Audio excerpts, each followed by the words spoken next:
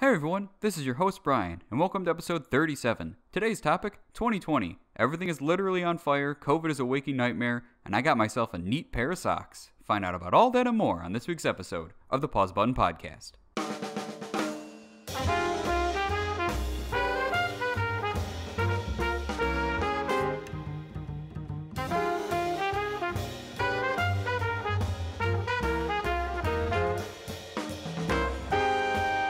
And Alex Trebek just died, so 2020 kicked us in the nads again.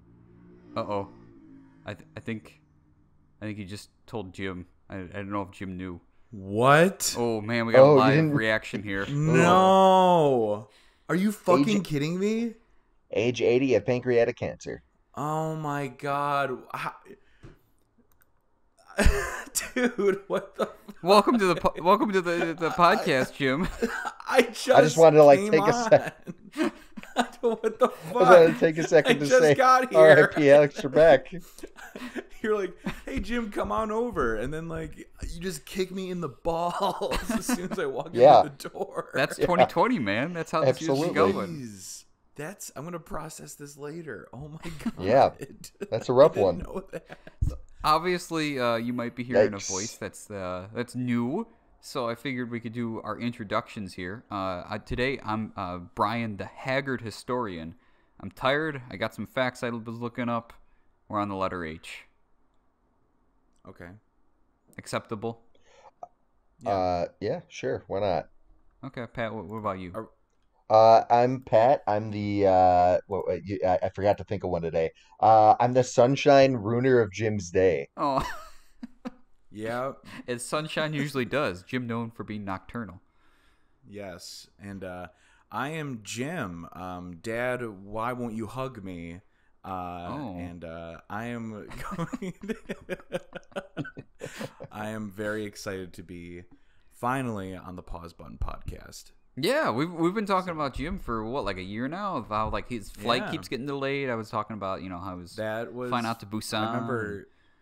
I remember hearing all that. So I used to listen, when I used to travel a lot more on the train and commuting, I would definitely listen to Pause Button. And while I'm on the train, it's Jim is on a bus and he's now on a plane, and I'm just kind of thinking, I wonder how long they're going to, let this keep going on for, but I'm finally here. You made it. I made it.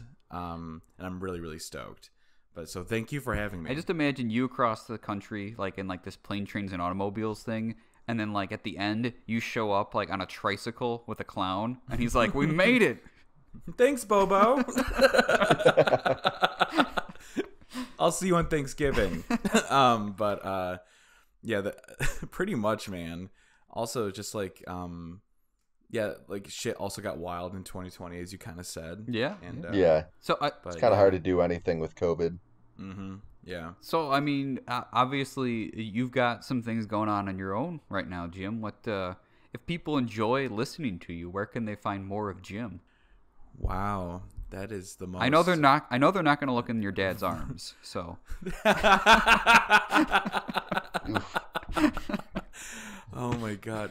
It's funny. I say that, but we're zooming right now on a desk that my dad made me, which that is some old fashioned paternal love right there. Oh yeah. Here, boy, I made you a desk to show that I love you. There you go. But anyway, yeah, that's what I would tell myself. So anyway. You can find me on my podcast called the Mouth Breather Podcast, and we're on Spotify, Apple Podcasts, basically anywhere you can find a podcast, we're there.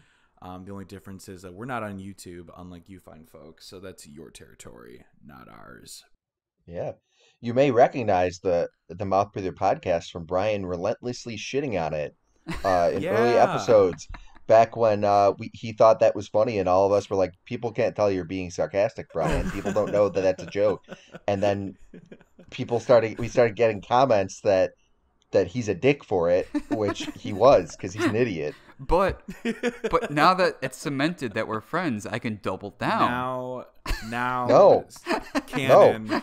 It is now canon. You can shit on me now. No. I love your podcast. It's very enjoyable. I love just the it's a fun podcast. It's very enjoyable. Yeah, it's a bunch of us getting local people.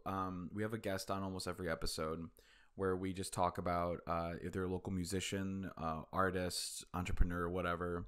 Anyone who has something going on, we have them on, have a couple drinks, and it's fun to be had. We took a little bit of a break this month, just because COVID. It's like it's hard to get new material while there's like kind of nothing going on, which like kind of stinks. But yeah, I mean, we're gonna be coming back very soon. I think like next week we're gonna start up again. We just started season 4, so I'm pretty stoked about that. Exciting things over there. Yeah. If you wanted to shout out like one episode in particular, other than I can't believe it's not Tommy. Damn you. Damn you! Why? That's my favorite. No, go ahead. That one's so good. I can't believe it's not Tommy in season. I want to say season 2. It's really good. That one to this day like puts me in stitches. Beer Knows No Sexuality. Episode 4 of season 1 is also a really good one. We have our friend come on, and she talks about the LGBTQ community, and also a singer. And also season 1 and season 2 is fun because it's a pre-COVID time, so you get to kind of relive those awesome remember days. What happiness is. Yeah, exactly. But yeah, I'm also very stoked to be here, though. This has been on my to-do list for a while. We're very glad to have you. And for a good topic. Yes. So, dude, and it's a topic that I'm excited. I can't. He's set to go. I'm set. I got my coffee. I'm ready to go. Oh yeah.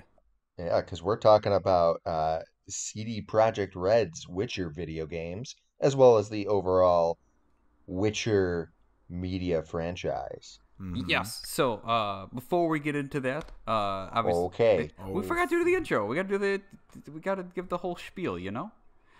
Some sense of structure in 2020. So if you're looking for a fun podcast, check out Mouth Breather. They're on, like he said, Spotify and all that, and they got an Instagram as well. We're on Instagram. We're at Pause Button Pod. If you're enjoying what you're listening to, we got an episode coming out on Thanksgiving, so make sure to look for that. But welcome to the Pause Button Podcast. 3 times a month, your 4 favorite hosts, Pat, Joey, Devontae, and me, will take a topic, delve into its past, discuss its present, and debate its dazzling future, and we'll do our darndest to entertain you along the way.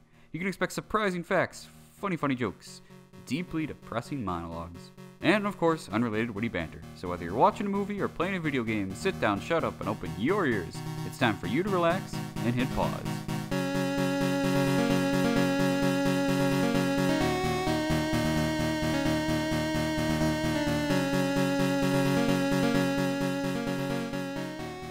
I always love reading that. It's fun.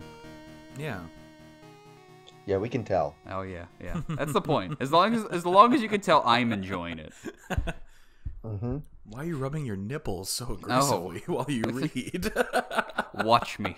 So in topics that don't suck, The Witcher. Yes, Witcher 3. That is our topic Witcher today. CD 3, Projekt Red. baby. Oh man, going back to 2015. Back when things were simple and corn tasted like freedom. And anyway, what does corn taste like now? now it tastes great. to give listeners an idea of our experience with the Witcher franchise, I've consumed all of it. I've played the first 3 games. I've played Thronebreaker, which is essentially like the Gwent video game. The actual Gwent video game I played. And I've also read all of the books, and I've watched season 1, which is the only season released so far of the Netflix series. I've not watched the original TV series, which I hear sucks. Yes, I heard you don't that too. You don't speak Polish, Pat? No. That's the last step. Exactly. That's when you find hilarious. yourself in the weeds for sure. Yep. I definitely don't know as much. I was introduced to it by The Witcher 3. Pat was playing it, and he's like, you got to play this game. I'm like, okay, yeah. And it was the first game I played on PS4 about 2 years ago, I want to say. And instantly loved it. Obviously, if you listen to the Pause Cruise episode from like a year ago, I gave it Game of the Decade and all that. So definitely enjoyed it. I've since started to read the books. I'm on the, I think, 3rd one right now, Time of Contempt. And I have not watched the TV show yet because I want to read the books first before I do that. But yeah, overall, I enjoyed the. We'll get into it. I don't enjoy Gwent. That's why I have not played the Gwent game. But that'll be a whole other topic. Blasphemy. Yeah, it's fucking absolute blasphemy. I know. Jim, what have you experienced with this? Okay, so I read 3/4 of the first book, and reading for me is weird. I don't know. I have like this really aggressive appetite for it, and then out of nowhere it'll just go away, and I'm like, I don't want to read anymore. Wait, so did you get to the point with the devil or no? I think so. In the it was also like a couple years ago. Oh, okay. But I played the third video game, which was awesome. I very much enjoyed that. I did not get to the DLC though, and we'll probably talk about that in Pat. You know why? Because I called you immediately. Yeah, that's a great story. And my roommate is almost on the same level as like Pat, where he read all the books. He's played all the Gwent games. He's actually like replaying the first and second game right now on his computer. Like my roommate, he is like hardcore into Witcher lore, and he's been kind of like just showing me all the stuff. So like I've been like leeching off of his knowledge basically. But dude, it's I used to like, I don't know, here. That's my take on Witcher. So I know a good amount, especially with 3. 3 I'm like and I watched the Netflix show. Okay. Which I also very much enjoy. Yeah. No, I feel like if you ask anybody about The Witcher, the two big things they're going to say are they watched the Netflix show and they played Wild Hunt because, I mean, who hasn't, right? 2 was good. Right. Like people played 2. Oh yeah. Oh, Witcher 2 is a great game. Yeah, Witcher 1 was good for the time, but is now dog shit. Yeah, you can't really play it. Witcher 2 you could still play today. It's just insanely hard. It is a hard game. Early on, I feel like it's harder than it is in later parts of the game. Yeah. But yeah. So the first thing I want to bring up, at least with The Witcher 3, if somebody listening has not played it, or if they have played it but haven't read the books, it's generally recommended that you should read them, right? To play the game, to kind of get more out of it. You definitely get more out of the games if you've read the books, because there's a lot of references to stuff. The first 2 games, Geralt has amnesia, so he like they'll basically just hint at stuff from the books. Whereas in Witcher 3, he's regained his memories throughout the entire. But he regained his memories between Witcher 2 and 3. Because he starts to get them towards the end of Witcher 2, and then at Witcher 3, he's just back to Geralt from the books. And then Witcher 3, they just absolutely jam pack it with references to the books. Like Novigrad is a location from the books that he visits. The Doppler character is a character from the books. Yeah, I love that guy. Yeah. So I found this quote from the author of the books. I'm going to say his name wrong, but is it Andrzej Sapkowski? That's good enough. Okay. It's a Polish name. He's got a J at the end of it. Andrew, so that's different. The horse is dead. Just hit it once and just keep walking. Exactly. I'm going to keep beating it a little bit longer. No, I got a few more good hits left in me. Mm-hmm. Our Polish listeners, no. But he said the game, with all due respect to it, but let's finally say it openly, it is not an alternate version nor a sequel. The game is a free adaptation containing elements of my work, an adaptation created by different authors. So he basically says this game is not a sequel. It's not really connected. It's just like a fan account. He essentially likens it to fan fiction, which means he does not consider it canon. I think his bank account does. He took the money freely. Yeah, for real, dude. It definitely does. And then once he took a certain sum originally, and then the game started to do really well, and then he started to go, well, no, I need more money. And they were like, well, you took our deal. And I think they ended up settling out of court. But yeah, he doesn't strike me as the nicest guy. Could you imagine like the court case? Like if you're a juror and you're like, wait, what is today's... Hang on, I gotta get closer to my mic. Sorry, I was rummaging through papers. Could you imagine like the court case for that? Like being a juror that has like no idea what the fuck's going on, and then like there's like this old like Polish man like comes in, and it's like the rights of Geralt of Rivia are mine, and it's just kind of like who's Geralt of Rivia?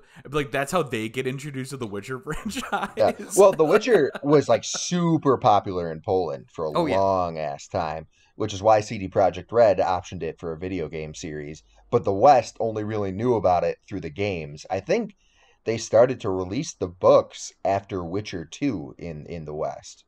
Oh, started translating them into English. I know they're from the 90s, but they didn't come over here until like 10 years ago or so? Maybe 15? I think so, wow. If I remember correctly. It was very recently. Because I remember there's like fan translations online that people would read. Huh. I mean, it is a very cool idea. If you have no idea what we're talking about, and like it's basically like dark fiction, you know, like they take the like Lord I mean it's dark fantasy, but in a slightly I would liken it a lot to Game of Thrones, except this one's way more high fantasy than Game of Thrones was. High fantasy is definitely the way you describe it. A lot more magical use, monsters just roaming about. Geralt of Rivia is a witcher, which are monster hunters who have taken in like elixirs and potions into their body to transform them to be faster and stronger and see in the dark and hear better. And they wield silver swords to slay monsters. And I love the point of like the townspeople like need them, but they're also like afraid of them, and some people hate the Witchers as these like, you know, like disgusting things that are not even human anymore, and like, but they need them too. It's so interesting. It's a good world to set up. Yeah. I agree. Exactly. Thank you, Jim. Thank you. And Witcher 3 really took off as this, or like the Witcher was already a popular franchise. Witcher 3 hit so goddamn hard. Everyone played that game. It's a great open world game. All sorts of side quests for you to do, slay monsters, do random jobs for people. It's funny, it's dramatic, it's compelling. That game, beautiful too. That game is a lot of I think a lot of people, including all three of us, first game for the Witcher franchise. Yeah. Yes, I played a little bit of 2 back in the day, but like it. Yeah. I was kind of like, I don't know about this, like, because if I'm not mistaken, what year did Witcher 2 come out? Ooh, I have no idea. I want to say 2011. Because so that's like on the nose then, because I was like, why am I playing this when I could just be playing Skyrim? Yeah, I could see why. Because honestly, at the time, Skyrim was a better game. Because it's open. I would agree overall. Yeah. I really like Witcher 2, and it tells. I mean, it's also a very different game. It's also a very different game than Skyrim. Witcher 2 isn't open world. It's much more, a little more like, linear. Yeah, and it has a lot more, I think, complex storytelling than Skyrim does. Skyrim's a pretty simple, straightforward game. Save the world. Yeah, exactly. Or don't. Just do what a lot of people do and ignore the dragon problem and just go join the Dark Brotherhood or something. Mm-hmm. Yeah, I mean, you can't talk about like a fantasy game that's open world without bringing up Skyrim. That's like the gold standard. Go play it on your fridge and all that stuff. But the CD Projekt Red straight up like marketed it as Skyrim with a Game of Thrones sauce, which I think is a fair description. It is a very fair description. Yeah, absolutely, and it works really well. It ignited so many wars about whether everyone's a Triss or Yennefer stan. Dude. And can we draw some lines in the sand? Can we decide it right here, right now? I mean, it's Yennefer is the correct choice. I mean, you're right. I mean, if you haven't read the books, I get why you would pick Triss. If you read the books, you are insane if you pick Triss. It's funny because both of you picked Triss. Yes. Well, I didn't read the books first. Both of you acknowledged afterwards that was a mistake. Yeah. Well, okay, because here's the deal. In the game, Yen kind of just like leaves for like a good chunk of the game. At the beginning. Like, well, yeah, except for the beginning. But then she like leaves, and then you're like, well, I'm just a Witcher with needs. And then here comes Triss, and who's very kind. Who's very awesome, and like her story is cool. Not saying like Jens isn't, or this isn't about story. It's very much almost like a superficial conversation in its own little way. But like she's there already. Like the party scene, come on, like that was awesome. And then you meet Yen, and then Yen is like in the rest of the game. Yeah, like Triss. If you chose Triss has very little to do with like the third act of the game. She like shows up here and there, but like it really doesn't it's all matter. Yen at the And end. you have like if you chose Triss, then like you have really awkward conversations with Yen, awkward. where you can tell Yen's still mad about how things went. Yeah, and not to mention the quest where you help her separate you two from the Jinn, and as a result, like she has the moment where she's like, "I still love you," and then as Geralt, if you chose Triss, you have to be like, that's "Nah, nice. though, nah, I don't, Yeah, I you feel don't." real bad at that point. And they really animate her face to just be devastated. Oh my god, yeah, that broke my heart. I felt like such a dick. Yeah, that was although the real moment best too for me. As I'm sitting here shirtless, you know, like like covered in barbecue sauce, like oh no, my love, my love. The real best girl of the game though is Ciri, and Geralt's truest love is his daughter. Ew. No, what do you mean? And a familial love, like he familial. really cares for her. Yeah, He loves his daughter. Yeah. What are you talking about, you? It was a joke. His true love is his daughter. It's Game of Thrones. We've been over this. How old is Ciri in this game? Like young 20s, you would think? I think mid-20s. Like teens? 42. Yeah. So, interesting fact, Joe Wyatt, the voice actress, was in her 40s when the game was being made. Really? Yeah. Huh. I mean, there are a lot of people, and a lot of voice actors voice younger people, so we really shouldn't be too surprised about that. Yeah. Ciri in the books is just as much of a main character as Geralt. She gets a ton of point of view chapters, so it's really funny to think that she's not really in Witcher 1 at all, barely referenced in Witcher 2, and then in Witcher 3 they throw her out there again as like this major character, and they do, I think, a really good job of, if you're not a book reader, getting you really attached to her character. And it worked. It's so interesting to me of how like it played out. Like I feel I've not read the end of the books, but obviously things with the Wild Hunt aren't resolved, and they talk about them like in the second or third book already. So you're like, oh man, this is a long running plot line. They don't resolve it in the books. The first two games are just out of nowhere, like doing their own thing. The Wild Hunt in Witcher 1 are still ghosts. The final boss of Witcher 1 is Eredin, but he's like an actual spooky ghost. I don't know what that looks like. And I think Witcher 3, they just go like, oh, it's Wild Hunt magics. I didn't like the beginning. Yeah. Like you're like, oh man, these guys are fucking nuts. They're so intimidating. And then like when you finally like get to see them with the attack on Kaer Morhen and all that, I'm like, oh, they're just cold elves. Like they aren't actually all that interesting, unfortunately. They're just cold elves. It kind of sucks. Cool Ranch the villains aren't super compelling in Witcher 3, and if I'm being entirely honest, they're not super compelling in 1 or 2 either. The villains are definitely the weakest part of the franchise, and I think part of the problem is that because they don't focus on the sorcerers as the enemies, but rather as like tentative allies, which I think is compelling in itself. But in the books, it's the magic users are essentially the villains, and in this one, Lodge, basically. Yeah, exactly, the Lodge and everything. In the games, because they don't really want to focus on that and be repetitive, which I totally understand. They leaned into other factions who are just blatantly evil. There's the Order of the Flaming Rose in Witcher 1, who are just racists. They show up in 3, right? The Novigrad people. Yeah. Yeah. And then in 2, it's Nilfgaard, kind of, and essentially it's Nilfgaard in Witcher 2. And I guess no, Witcher 2 has Letho though. Now that I think about it, the king as the main antagonist, even though so Letho, I guess, is a good example of it, because at the end of Witcher 2, you can decide whether you want to spare or kill him. He got He got jibbed on a deal, dude. That's all I'm gonna say. Oh yeah, at the end of Witcher 2, I always spare him because I had played Witcher 3 already and knew that he can just he'll side with you in Witcher 3 and help you defend Kaer Morhen. Yep. I love like that when games end with like a choice and then the next game comes out. It's like, well, we had to pick one of them, so like you could choose that in the previous game. No, but...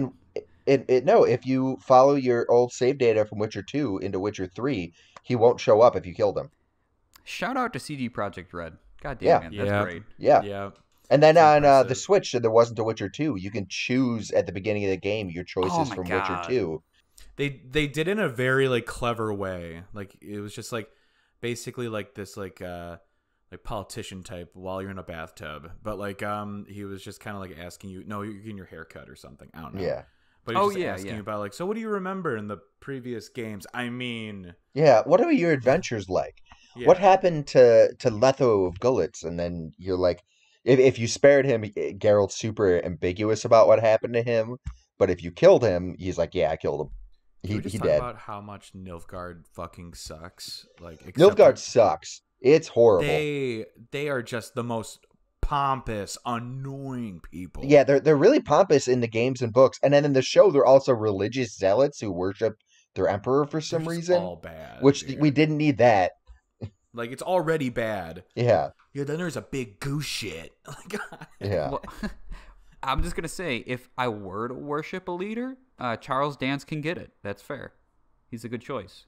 Yeah, his voice alone. His voice is nice, but he has some creepy plot lines in the books.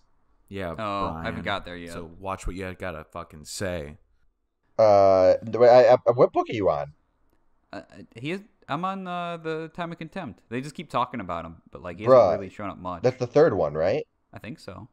They heavily imply what his plans are in the previous books. But okay. Dun dun dun. Oh wait, no. Time of Contempt. No. I was thinking the third book of the main series. Yeah, I think.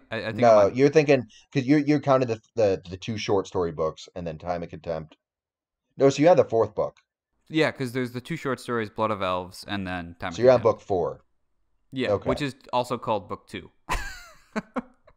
If you're confused, look up a list. Super confusing. Yeah.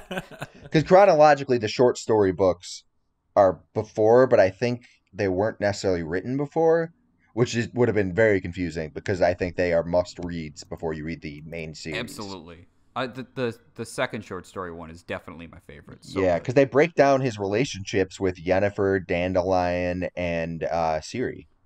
Dandelion's so good, man. Oh, yeah, Dandelion's a super compelling character. Is he a typical bard? Yeah, but he's still great. Games, not so much. In the books, he's amazing. Yeah, so fun. I think they kind of screwed him in the games a little bit. Well, he's just kind of the comedic relief to lighten up scenes. I think, Pat, me and you talked about this. I do not think his voice matches anyone in the game. No. Everyone so out there. People are like, oh, there, Geralt. How are you? And then it's just like, and then Geralt. Hey there, Geralt. How are you today? What a lovely day. And I'm just kind of like, dude, who the fuck is this guy? Belongs in Fallout. It can be kind of funny though. It's really, I really like the relationship between Geralt and Dandelion. Awesome. I love the trio. Yeah, exactly. Although it's super funny. Oh God, what's the dwarf's name? Oh my God. Hang on. Starts with a Z, right? Zoltan. Zoltan is not a major character in the books at all. He shows up in I think the last book, and then is there for certain stuff that is important, and then in the games he shows up for all 3 games as one of Geralt's classic friends, and you're like, so when I got around to reading the books and Zoltan was never around, I was like, what? Where is he? I love Zoltan. Now, if you want to talk about character assassination, Zoltan in the TV show, holy he's not in the TV show. I think he was. Is the dwarf that's a different dwarf. Oh, that was really? Yarp. I think that was Yarp and Zigrin. Oh, the Z probably still. I like Jurgen. He's the dude from the Travelers, right? The beginning of the second. Yeah, book. He's in. No, that might have been a different dwarf altogether. Still, I can't remember. To kill the dragon? Yeah, I think so. Yeah, I like him. I thought He's that fun. was Zoltan. Well, because they gave Dandelion a different name in the show. That's I because thought that's his actual name in yes, In the Polish, but Polish it's version, considered yeah. it translates to like Buttercup, and they didn't but in want to use English that that's for his name in English, so they used Dandelion because it sounds still flowery but also a little more masculine. yeah, the Buttercup. It sounds like a horse. Uh, Definitely does sound like a horse. Come here, Buttercup. Oh, are we taking your horse? No, it's my friend, Buttercup. He sings. you can give him a carrot. I don't want to. He's a grown man. Flat Careful your now. palms. He's gonna don't let him bite your fingers. Starts stroking the back of his head. Good, Buttercup. Good. Oh, He starts singing. my little Buttercup. My little Buttercup. Geralt, that is seriously a 30-year-old man. Oh no. Oh, Buttercup, no. Sing me a song. I got 2 fun facts for you, unrelated to Dandelion Let's being hear a 'em, horse. dude. First off, speaking of translations and all that, The Witcher is sometimes called the Hexer. That's like one of the translations of it from Polish. And then you know how like for the artwork of Wild Hunt, like the 3 is a claw mark. Yeah. They like purposely did that to hide the number 3. So like if you played 1 and 2, you're like, oh yeah, this is 3. But if you didn't, you're like, oh yeah, that's just like a little symbol. The game is a little confusing at the beginning if you haven't played the previous games, my but you get over God. that really fast, I think. So, like, Yeah. I played the games, like, blind. Like, I didn't know. Like I said, I read, like, half, 3/4 of the first book, like, years ago. And then, Pat, you were honestly, like, the driving force. But, like, dude, you say you like Skyrim, play Yeah. this fucking game. I knew you'd And- love it. Yeah. And then I bought it. And then, in the beginning, I'm like, you do get hit with like a lot of info at first. Yeah. Like, holy, like the exposition wall is quite high, and Yeah. like they didn't give you too much stuff to climb with.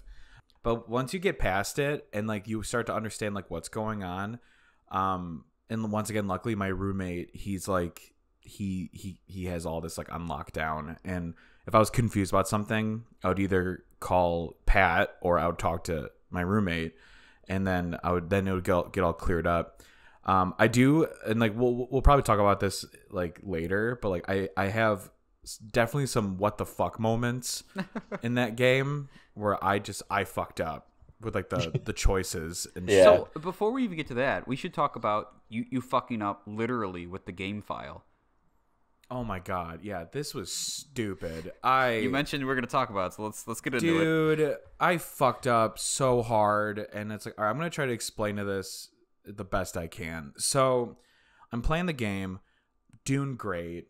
I got all the shit that I wanted. Like I got like the armor that I wanted, and I got like all the good shit. I get my Gwent deck. And like we'll talk about Gwent maybe in a sec, but like Oh yeah. like I won the Gwent tournament. I did everything I was supposed to do, and then I beat the game, and I was very happy. Jim was happy. But then You became a Pokemon master. You made it. yes, and then I got confused at the end because once you beat the game, they're like, you can start a new game plus, or you could like keep going. And I was like, well, no, like I want like if there's added stuff, I want the added stuff. So I clicked on, do you want to start a new game plus? And I said yes, and then I clicked it. And then you're in the beginning of the game again. And I'm like, huh, this is weird. I was like, I'm missing my Gwent cards. They're all gone. My armor is basically nothing now because everything got scaled up instead of where it was in the end of the game of the previous save file. And now so I ended the game at level like 50. In order to play the DLC, you had to be like level like 85. So that means I have to like redo everything. I have to beat the game twice now in order to get to the DLC, which I heard is like fucking amazing. So like I totally screwed up. I lost all my shit because I misread something, and I'm a dum-dum.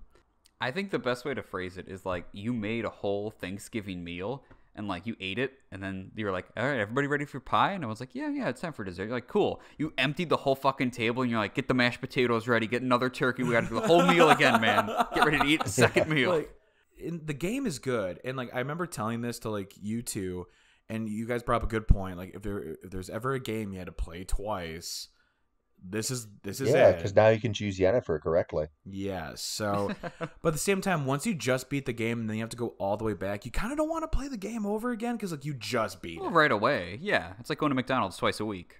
Yeah, like we're about to go back on lockdown probably in the next like month, I'm assuming. I have no idea. But like I'm going to definitely use my quarantine time to get back on that. This is a good quarantine game for sure. Oh, yeah. Lose yourself in a world. Oh, if you have not played this and you're about to be in quarantine, bro. Especially when there's so much content that you can still find out in the world.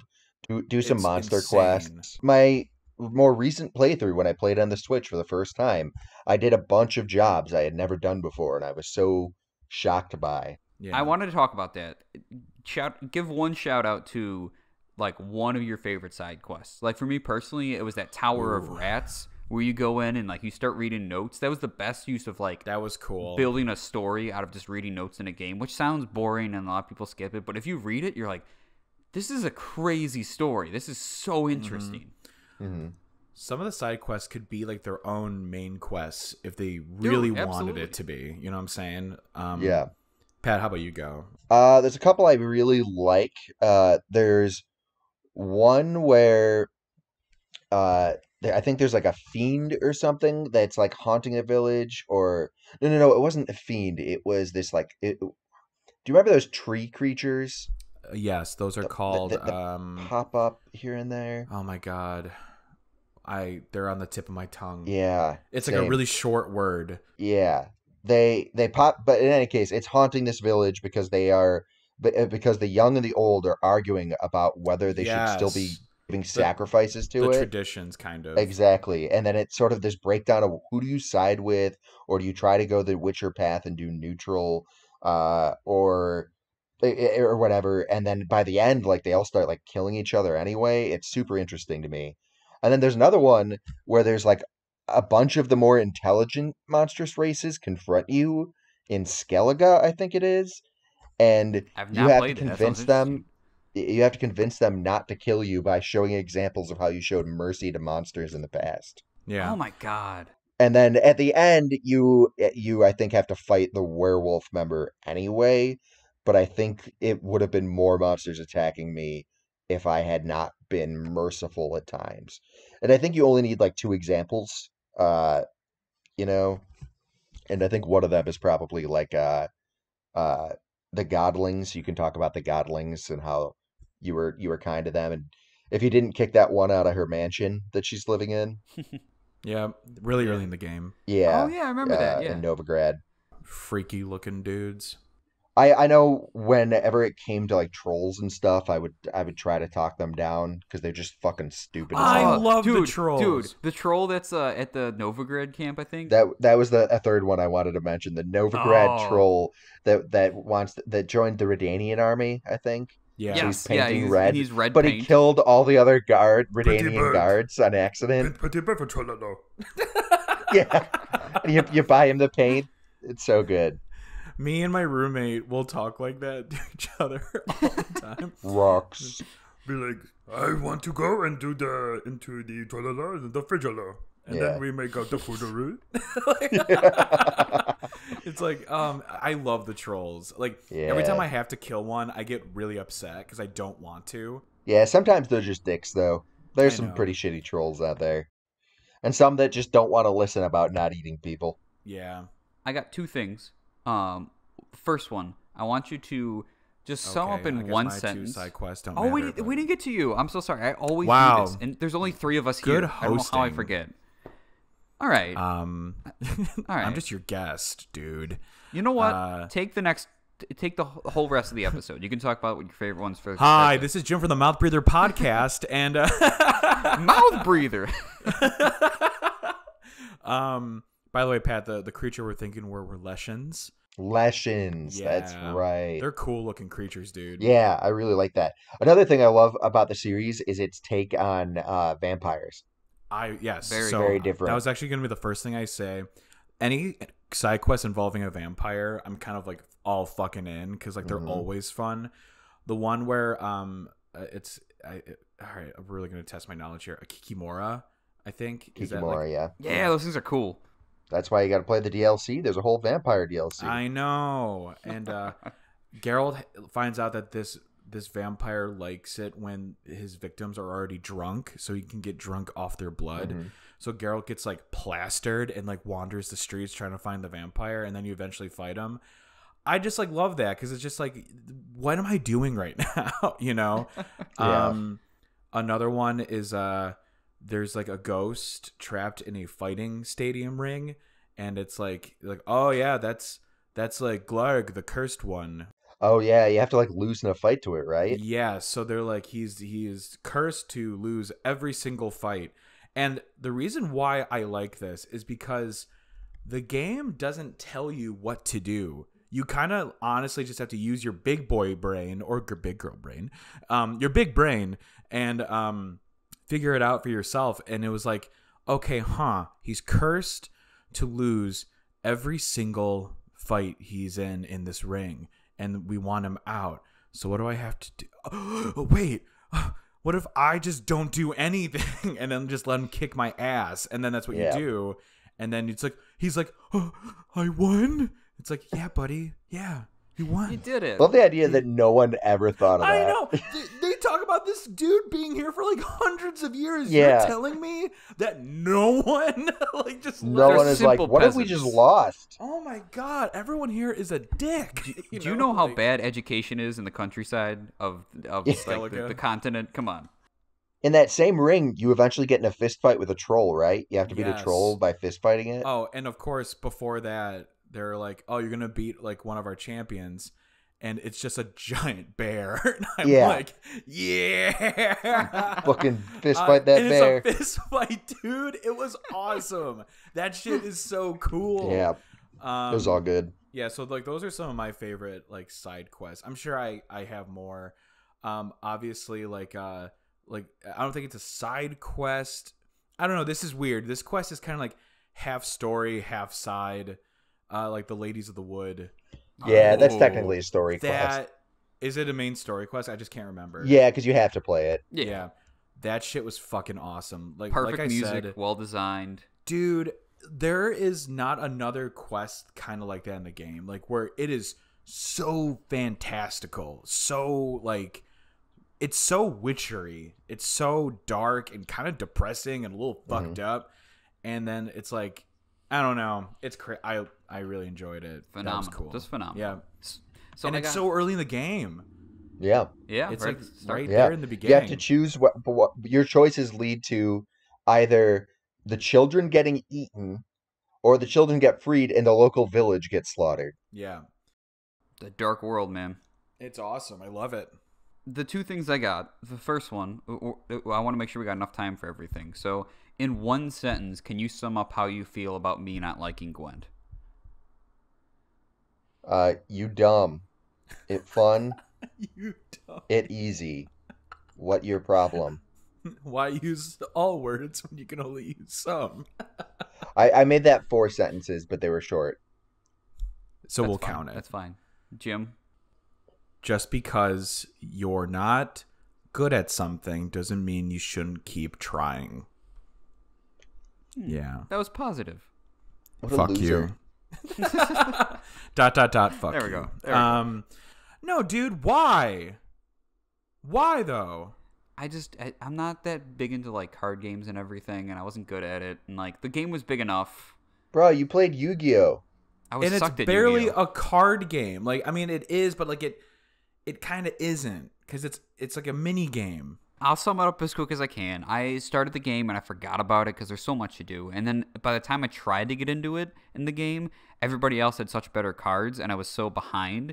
You can just buy some from like any merchant. Go to all the merchants. You can buy cards. Yeah, every merchant sells cards. Like Oh. I'll go to any inn or merchant, Well, and that's why then. not all of them, but like I'd say a good 80% of them sell cards. Okay. And then the second secret is build a Nilfgaard deck and just pour spies into their thing, so you have a And deck then that has destroy. your hand is like 20 cards long. Yep. Okay. It's awesome. My other question for you guys is, what kept you up more at night, Uma or the Baron's undead baby thing? Probably undead baby thing, but it didn't. Neither really kept me up The at night. botchling. The botchling, yeah. Yeah. Oof. That Uma one was just more makes me fucked laugh. up. Uma was funny. Uma. And then he's like this guy. When he fucking I don't throws wanna up say on it. Yennefer. I don't want to say it. Oh, he does because throw up on her, yeah. Yeah.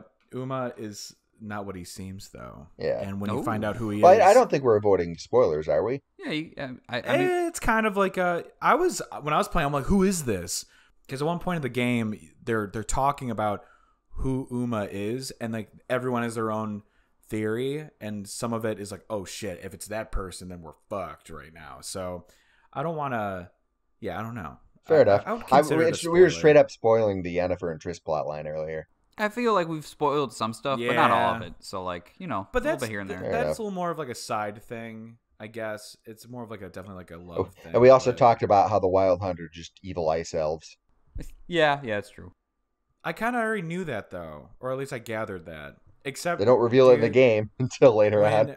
when he takes off his mask to show his face, I was like, oh man, why did they do okay. that? Yeah. Because it's like this. I'm super jacked, and then it just It looks like this, really like not looks cool. like a skinny white Just guy, like, like in a big he looks like ass he suit. like yeah, I don't know. It doesn't make any sense. His fists are like 3 times the size of his head. Yeah. Like I don't understand. Well, I think it's really not, but his helmet, when its mask is off, makes his face look small. Tiny. Yeah, it's Yeah. not proportionate for God. sure. The last thing I want to mention before we get moving on is that obviously we talked about how this is like a current gen game, you know, the PS4, Xbox One, and all that good stuff, PC, and just came out on Switch last year. But it is coming to next gen. Like they're gonna re-put it out there. Have you guys seen footage of it? No. When you fast travel, it's instant. That's Nice. fucking nice. I'll probably play it again, man. I'll probably do it. I'll be honest. Now, do you think we're gonna have like another Skyrim on our hands? No, I think they've got the Wouldn't surprise Cyberpunk me. to deal with. So, you know, where Bethesda's been working on Elder Scrolls 6 for like a decade now. Like CD Projekt Red was straight up like, okay, Witcher's out. Now start getting that Cyberpunk ready. And granted, it's been delayed a bunch of times, but I feel like they'll move on. They won't keep playing their Now, one-hit I'm a wonder. little worried. I'm a little worried about Bethesda, Oh, we can have a whole Bethesda episode for sure. dude. And if you do, have me back on. Oh yeah. Yeah, I'm a little worried about them just because they were pumping out gold, and I think that mountain is coming up a little dry. We'll see now that Microsoft's purchased them, that maybe they'll be able to work with some of the studios that they used to. Yeah. Because I agree. All the Fallout stuff, they're like re-releases of Skyrim. Us probably not getting a Dishonored 3. I know, dude. Guys, how come none of y'all played Dishonored? Fuck. I'm not talking about you two. Maybe Brian. I did. But, like- I played 1 and 2. Loved it. They're great. Dishonored is awesome. Dude, we're getting what's that game with the bounty hunter that keeps dying over and over? Deathloop. Deathloop. We're getting Deathloop. Deathloop just looks like stylish, new, like non steampunk version of Yeah. It's got the same powers and every. It looks so cool. I'm ready. But back on Witcher shit. Well, actually, I think we got to move on past Witcher. Oh, Okay. shit. The soundtrack for Witcher's great. That's all I have to say. Yeah, Yes. soundtrack's also amazing. The music I can just listen to on its own. It's fucking Yeah, phenomenal. I use it for D&D all the time. And I'm always stoked when you do. You have So it. good. So good. So I figured we can go into a guess the tops segment here. So we've been doing a running record of points. On the last episode, Devontae and Joey both got to 4 points. Pat wasn't there, so he's still sitting at 3, but he's got a chance to catch up here. Jim, you can play as Joey or Devontae. Let's see. Wait, he's going to give them points? Yes, he's going to play as them. I'm going to play as Devontae. Okay, you are now Devante. I will refer to you as Devante, the retro guy. What if I violently just started like morphing into him? Like it just really gross, like sloughing off and shit, and I'm just screaming. It's like Animorphs. Yeah, and then I'm like, hey guys, wants to play some Ultimate? Am I right? He does Smite. Yeah, I don't think any of us could do a decent Devante impression. No, not at all. I'm not going to attempt. So, first question here. Whoever gets closest to this number is going to get the points. How many million copies do you think this game sold? Oh, jeez. I'm really bad at these kinds of guesses. Yeah, 100%. How many million copies? Yes, million. Like overall?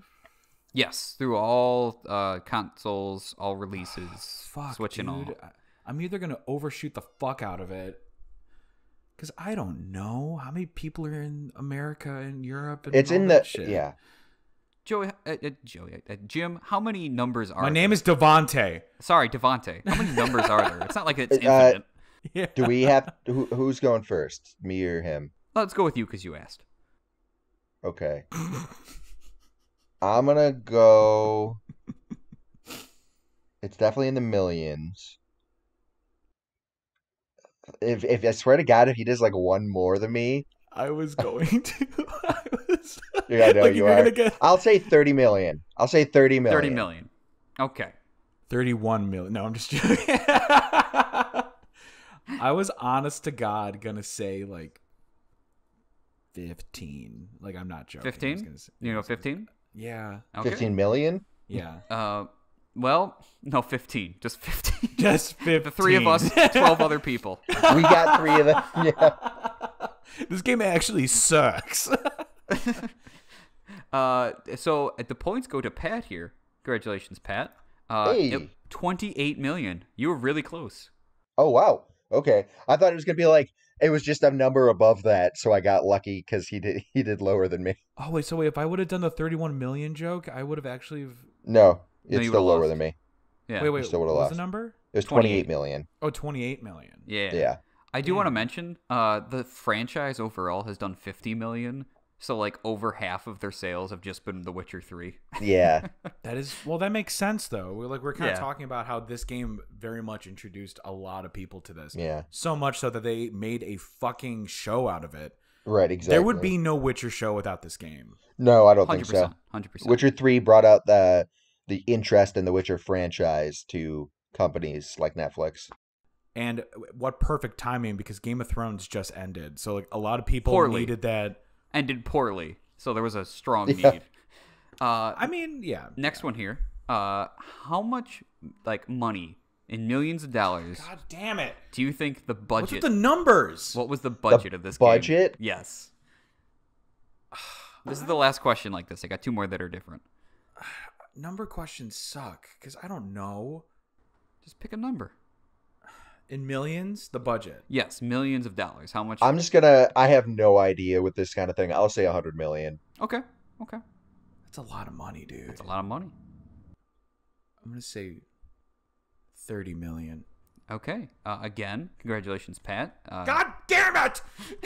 Wait, was it like 500 million, and we're just both totally off? No, it was $81 million they spent. Oh my to make God, this Pat game. is like Oh. actually in the ballpark. Yeah. with Well, this no, shit. 20 million's a big difference.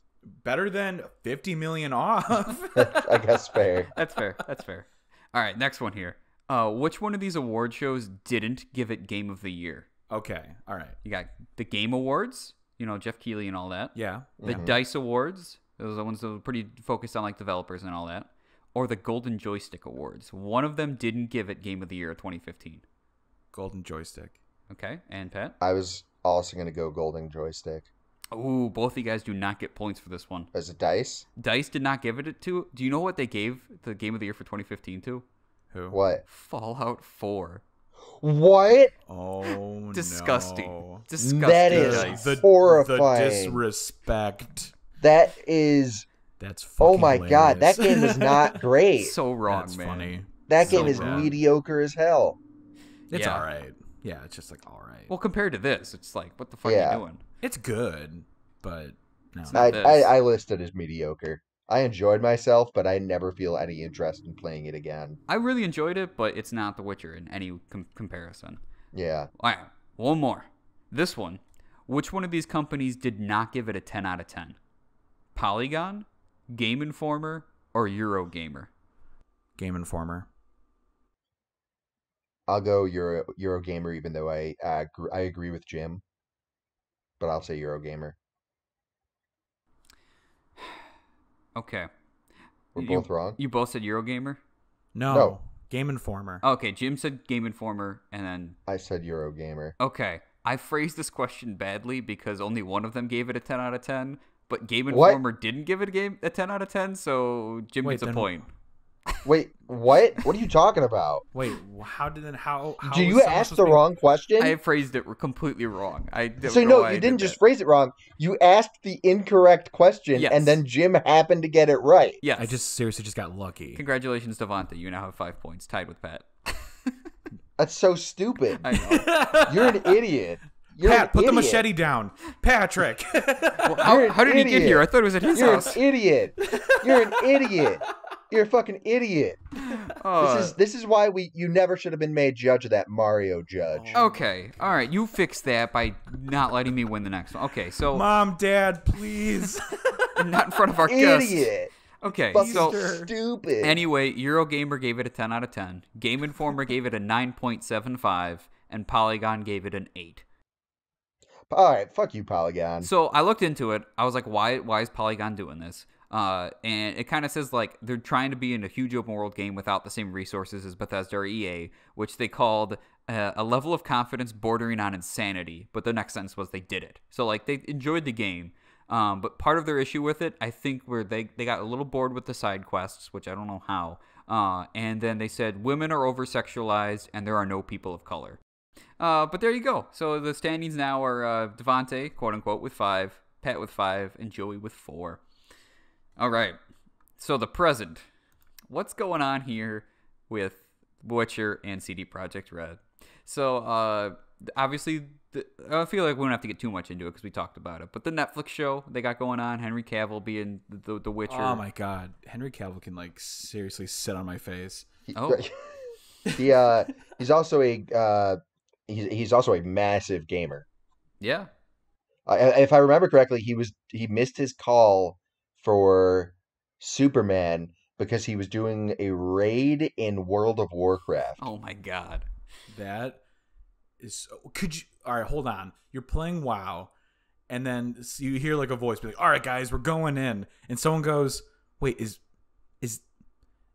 that Mr. Cavill himself?" Like Superman? There's also the famous meme thing now where he was getting interviewed for the Witcher stuff and he got asked what console he chooses. He was like, PC. Yeah, dude, like he was insulted. Yes. I They're saw like, that. PlayStation or Xbox. I saw that. That was so like, and you can tell that he's a gamer because of A, the choice, and B, the way he said it. Yeah. He's like, don't insult me. Yeah, he was like, don't insult me. So there's that. Go watch the show. Awesome. Next season's coming out 21. And then there's Cyberpunk 2077, which has technically been in development or at least been planned by CD Projekt Red for 8 years now. 8 years. They put out a cinematic trailer a long time ago. Yes. And everyone was like, why'd you do that? It's already got a Netflix for anime. the satisfaction. In development. They got Keanu. Do you guys know who Keanu's character's name is? Keanu? I've heard it, but I don't remember it. You got it. No. Johnny Silverhand, which is so on the nose. Right. It's great. That is kind of all right. Yeah, it's so over the top. Wasn't Cyberpunk also a book series? So it's based on a tabletop game. That's right. That's actually set in 2020. So that's, by a guy named Mike Pondsmith. 2020, the board game. Everything sucks. Yeah. It's just it's like life, but every time you draw one of those little card things, it's just another depressing thing that happens. Like, oh, you tripped and broke your foot. Like, oh. You're on your second bottle of gin this week. Wow. Your favorite actor just died. Rent is due and you need new tires. Which one are you going to go? Too real. But so the guy Mike Pondsmith who made the game, they brought him on as a consultant, and he's also appearing as a character. So they're respecting the stuff. Seems like he's a little bit more willing to work with them than Andrzej Sapkowski or whatever. And obviously, they're influenced by Blade Runner and Ghost in the Shell, all your futuristic dystopias with neon everywhere and gritty crime underworlds and all that fun stuff. I don't know. Is that a dystopia or would you say it's a utopia? There's rampant crime everywhere. Yeah, it's probably a dystopia. You think so? Yeah, well, utopia is meant to be perfect. Yeah. That's like the definition of a utopia. Okay, yeah, you're right. I thought there was one where like everything seems perfect, but really it's bad. That's a Jimtopia. Yeah. That's tapioca.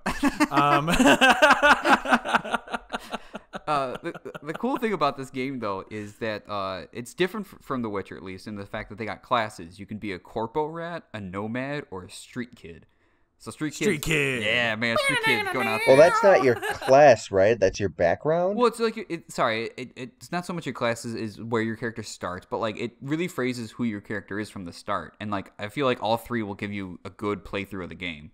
Because they start off completely differently. Street kid, you're growing up on the streets, pouring all that. Nomad, you're like coming out from the desert, and this is like you just got to Night City. And then the corpo rat is, you're like a bounty hunter that gets hired by corporations to do their dirty work and all that fun stuff. Well, one sounds way cooler than the other two. I know, right? Hey, I've been doing nothing for 20 years. Let's shoot. Like, I guess. Just like, oh man. I don't know. I mean, so I don't know really anything about this game. I've been keeping myself in the dark as much as I can. I've seen the cinematics, but like hearing what you just said, I would so be a street kid. Oh yeah. Yeah. That's also my lean in. Fucking hilarious. Street kids for life. Street kid. Yeah, that's also what I'm leaning towards, a street kid. Yeah. Oh yeah. That being said, I don't know if I'm going to get the game right away because I'm probably going to wait till I get a PS5. Yeah, that's also my issue too. I have like a million games I'm going to want to play on PS5 right away. I want to play fucking, I guess the million was probably a lot. It's like 2 games. I want to play that. I want to play that in Miles like Morales. It's 2 games. 2 is a lot. Those 2 games count as at least 5 each. Like they're enormous. There's a lot to do. Oh my god, I'm really excited for that Miles Morales game. I guess a million was too much. I think 2 is actually more. It's getting good reviews, and I really want to play that Spider-Verse skin. Jim. Oh fuck. Jim. Yeah. That's the guy who beat you in the numbers game. Yeah. I know. I'm really concerned. This game is so detailed that when you create your character at the start, you can adjust the pitch of their voice. It's not like I want the female character or the male character voice. It's like adjusting it and like it looks insane. The level of detail. I'm gonna make like the tiniest man with the deepest voice. Hello. Oh, go deep voice. Nice. Yeah. Hey, how you doing? Hey there. I'm a street kid. Welcome to Night City. How you doing? Where's the contract at? Oh my! I got my gun, Johnny Silverhand. Uma. Uma crosses genres. He shows up. Has anyone done any fan art of Uma where he's dressed like Uma Thurman? Dude. Oh my god. That'd be amazing. Yeah. Uma dancing with what's his face in Pulp Fiction. Yeah. Good old what's his face. John Travolta. Good old Johnny what's his nuts. Johnny Silverhand, Travolta, yeah. That'd be actually funny. But remember like in The Witcher when they said that I guess spoiler alert, but when Ciri like travels to the quote unquote future and she's like talking about to Geralt like what the future is like and stuff. And I know that the developers are like, that's not what we're talking about. It was. Ciri did not go to Cyberpunk, but I'm like, fuck you. Like, blatantly, come on. Blatantly obvious that she shiny did. cars driving around and tall buildings and with like upgrades and shit. Yeah. You know? I think it's because they want to avoid people expecting a cameo from her. Yeah. Even though that would like literally blow my fucking mind. That'd be fucking insane. I'd be so excited. Dude, I might just make Geralt my character. Give him gray hair, like. Yeah. Geralt Silverhand. Geralt Silversword. All right. So I feel like we've talked quite a bit. We could do a whole episode on Cyberpunk. We probably will. But for now, the future, eventually Cyberpunk's going to be done and wrapped up. The DLC, if they come out with it, they'll do it. It'll be done. Where do you want them to go from here? Do you want them to make another fantasy game? Do you want them to make like a modern like GTA game? Do you want them just to retire at the top of the list? Like what do you want from CD Projekt Red? Weird. Me and Pat have actually kind of like talked about this in the past before. We'll talk about it again. Whoa. I would love if they kind of like rewind The Witcher, and like they have like either like kind of like way before Geralt, back when like the Order was like at it like it's like peak, you know? Have like a young Vesemir spin-off kind of game. That's a good idea. That would be so fucking cool. Yeah, just like something like that. Or honestly, so like, all right, so here, this is like one of my only gripes. It's not even like a big gripe. It's like, so like in Skyrim, which I was a hardcore Skyrim like elitist for a long time until I played The Witcher, and now I will humbly give the mantle to The Witcher as far as like favorite fantasy games go. But it was Skyrim for a good, since 2011 up until this year. So almost 9 years. The only thing about The Witcher, it's good. You can give or take, whatever. But the fact that you're playing as someone that like, it's like they're already established as like a character, like Geralt of Rivia. He's just like, you don't create your character. You create exactly. your version of Geralt. At time, I just think he's like a little too perfect. He's like a little like too good at everything. Where I'm like, I kind of want some flaws here and there. Well, he's got some flaws. He does, but emotional like, distancing and all that stuff. Yeah. But like, I don't know. That's like once again, not a huge gripe. It's just like something I thought of like, I kind of missed like the silent protagonist in like Skyrim, because it's like you get to like straight up silent. Like it's you, like, or however you want it to be, you know, like yeah. But it's not that bad though. Like I still love playing as Geralt. Are you kidding me? Like, come on. Like, who doesn't want to be Geralt of Rivia? Like, he's like a badass, you know? For sure. For sure. A sterile badass. Oh. But yeah, like that's my only thing. So if they do like a Witcher game where I guess you could do a little bit of customization, that'd be kind of fucking cool. But if best not, of both whatever. worlds. Yeah, I can see that. That'd be cool. Pat, what do you think? What do you want? I'd love to see if I'd love to see them continue to flesh out Witcher, as well as potentially tackling other genres in their open world. You know, leaning more into the sci-fi stuff like that could be really cool. If they were to continue to approach the Witcher franchise, I wouldn't mind seeing a spin-off game about either Eskel or Ciri. If you go with the Witcher ending for her. I think Eskel, because he was the most interesting side Witcher and least fleshed out. Was he the one who was kind of an asshole, who was nope. Shorter hair, or the Lambert, dude? Lambert was the short hair one who was an asshole. I don't give a fuck. Eskel's cool. Same. Eskel was the scarred awesome. one. Yeah. Okay. Eskel's cool. I like Eskel. And Ciri, just because Ciri was an awesome character with fun powers and cool skills. I think both of those just are really clear. If you wanted to go in the same world but play the game entirely differently, doing one about the Lodge of Sorceresses, Lodge of Sorcerers, and then wait, I can't remember. There was a Council of Sorceresses.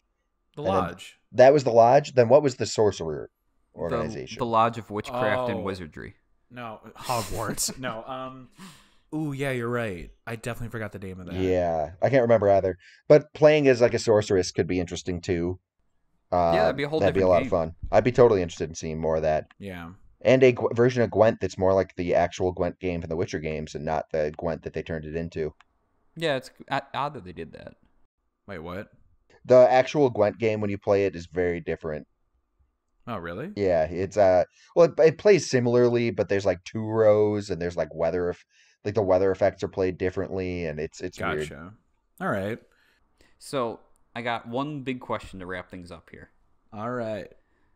So I'm assuming that you would suggest this game to everybody, right? Yes. Okay. Why is The Witcher 3 worth going back to when Cyberpunk is coming out next month in December? Well, Witcher 3, the world of The Witcher is one that is narrative driven. It's driven by its characters, and it is so the characters are all fleshed out and have their own specific personalities. It's also a different type of world, fantasy over literally Cyberpunk is its own genre. I'm one of the few that really likes the combat in Witcher 3, so if you like swords over guns, there's that too. Very similar. I mean, it's almost like saying, why do you want to go watch Star Wars when like Lord of the Rings exists? It's like, they're both good, but they're just both very different. And like, so perfect example, and I know I'm totally like sucking on the teat of Bethesda right now because like this is my 5th time mentioning them. Like me and my roommate have this discussion where he actually prefers Fallout and I prefer Skyrim or Elder Scrolls in general. And it's just like, they're just two very different games, even though they are kind of like similar-esque, but like you get a totally different feeling when you're playing Fallout than you do with Skyrim, you know? Absolutely. So I mean, you should play just for the sake that it's different, and also, I mean, come on, it's literally validated as a good fucking game. Right. Like if everyone in town is saying, "Hey, this restaurant is amazing," and it's like, you should just go. Not Dice. Dice says you should go play Fallout 4. Oh my god, dude. I didn't even like finish. I got bored in Fallout 4. Like, as you should. I was like, I gotta build a town. I'm like, no, I don't want to build chairs. But anyway, but yeah, like just for like the sake of just being different, that's why I would say, you know, do something. Okay. Yeah, absolutely. Gotcha. And it's not a gamble. Who knows if Cyberpunk will be too big for itself? I don't think it will, but there's a chance. But we'll have to see. So, if you enjoyed this episode, look us up on social media. We're on Facebook, Twitter, Instagram, all that good stuff. You can listen to us on most places where podcasts are. Of course, give the Mouth Breather podcast a listen. Yeah, we don't really talk about this kind of stuff. Another reason why I want to come on, because like I don't get my nerd on like on the internet. That's very insulting of you. Yeah. We are geeks, not nerds. I'm more of a dweeb. But no, this is give us a listen. We talk about a lot of music, a lot of art stuff, and honestly just a lot of just like stories and like life stories and just how we embarrass ourselves basically. So it's good. Yeah. So give them a listen. Look out for our Thanksgiving episode, which is going to be coming up soon. We might just have a friendly, familiar face there. If you want to see our boy Jim again, just let us know on social media. Be like, the best episode was with Jim there. Never have Joey on again, and we could do that.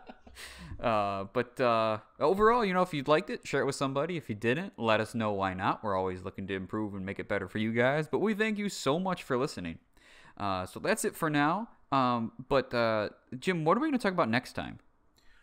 So next episode, or next time we're going to talk, it's going to be about how baby airplanes are made through the passionate ritual that 2 adult planes have to go through in order to make the baby. Kind of like dragons, where like they have to like be up in the air and then do like a tailspin together. As like right before they hit the ground, though, they have to separate, and then a baby plane is made. Nice. My favorite part about that is you're just talking about dragon sex as if it's a well-known topic. Yeah, I mean it is. Duh. Like, come on. Even though that's exactly what bald eagles do, though. My bad. So anyway, whatever. Be on the lookout for that episode. That'll be something. It's gonna be great. But for now we're gonna press pause.